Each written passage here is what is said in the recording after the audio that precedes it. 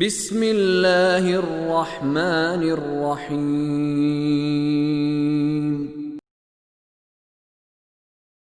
وَلَئِنْ أَرْسَلْنَا رِيحًا فَرَأَوْهُ مُصْفَرًّا لَظَلُّوا مِنْ بَعْدِهِ يَكْفُرُونَ فَإِنَّكَ لَا تُسْمِعُ الْمَوْتَى وَلَا تُسْمِعُ الصُّمَّ الدُّعَاءَ إِذَا وَلَّوْا مُدْبِرِينَ وَمَا أَنْتَ بِهَادِ الْعُمْيِ عَنْ ضَلَالَتِهِمْ إِن تُسْمِعُ إِلَّا مَنْ يُؤْمِنُ بِآيَاتِنَا فَهُمْ مُسْلِمُونَ اللہ الذي خلقكم من ضعف ثم جعل من بعد ضعف قوة ثم جعل من بعد قوة ضعفا وشيبة يخلق ما يشاء وهو العليم القدير۔ سورۃ الروم آیت نمبر 51 سے ترجمہ۔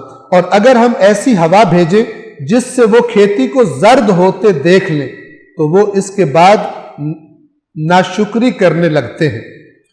آپ یقیناً مردوں کو نہیں سنا سکتے، یعنی اب یہاں پہ لنک پچھلی آیت کا اور اس کا چیک کریں۔ کہا جا رہا ہے کہ جب ہم اچھی بارشیں بھیجتے ہیں، ہوائیں بھیجتے ہیں، خوش ہو جاتے ہیں، اور جب ہماری طرف سے آزمائش کی شکل میں ایسا کوئی موسم آتا ہے ذرا فصل کم ہو جاتی ہے، ناشکرے بن جاتے ہیں۔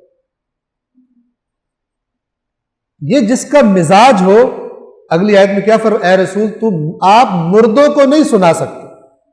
یہ مردے دنیا پرست مردے ہیں، ان کو اور کچھ دکھائی نہیں دیتا، نہ دنیا کے علاوہ ان کے کانوں کو کچھ سن کے مزہ آتا ہے، نہ دنیا کے علاوہ ان کی آنکھ کو کچھ دیکھ کے مزہ آتا ہے، نہ دنیاوی آرزوؤں اور خواہشات کے بغیر ان کا گزارا ہوتا ہے، ان کے دل میں وہی بستی، یہ مردہ ہو چکا، ان پر آپ کی باتیں اثر نہیں کریں گی۔ آپ یقیناً مردوں کو نہیں سنا سکتے اور نہ ان بہروں کو اپنی پکار سنا سکتے جب وہ پشت پھیر کر جا رہے ہیں۔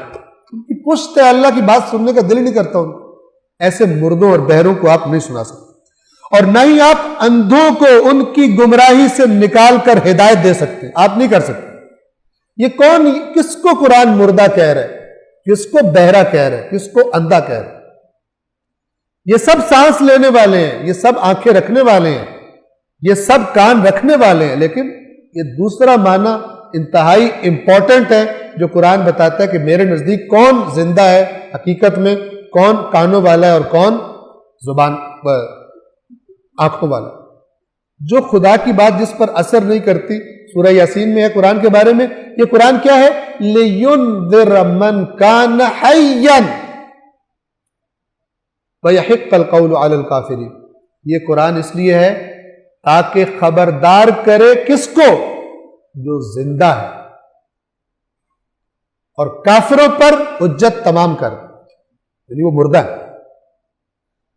میں آپ مثلا فرض کریں آپ یہاں پہ کچھ لوگ بیٹھے ہوئے، آدھے جو ہیں وہ مثلا خدا نخواستہ کسی وجہ سے بے ہوش پڑے ہوں، اور میں کہوں کہ یہاں میں زور سے اعلان کروں کہ فوری طور پر باہر نکلے، یہاں خطرہ ہے، کون ریئیکٹ کرے گا اس پر؟